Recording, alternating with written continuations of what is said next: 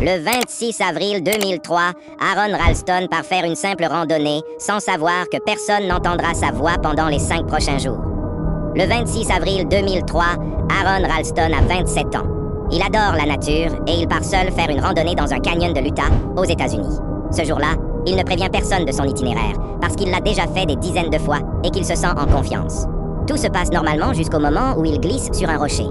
En tombant, un énorme bloc se détache et vient coincer son bras droit contre la paroi. Aaron essaie immédiatement de se dégager, mais le rocher ne bouge pas. Il comprend très vite qu'il est complètement bloqué. Les heures passent, puis les jours. Il rationne l'eau qu'il a avec lui. Il parle à voix haute pour rester lucide. Il grave même son prénom et la date sur la roche, convaincu qu'il ne sortira peut-être jamais de là. À plusieurs reprises, il pense à sa famille, à ses parents, et surtout à tout ce qu'il n'a pas encore vécu.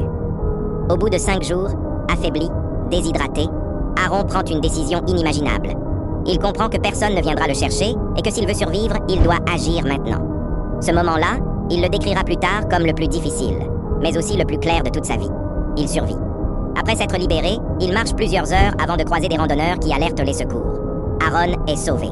Contre toute attente, il reprend le sport, l'escalade et racontera son histoire pour rappeler une chose simple mais essentielle.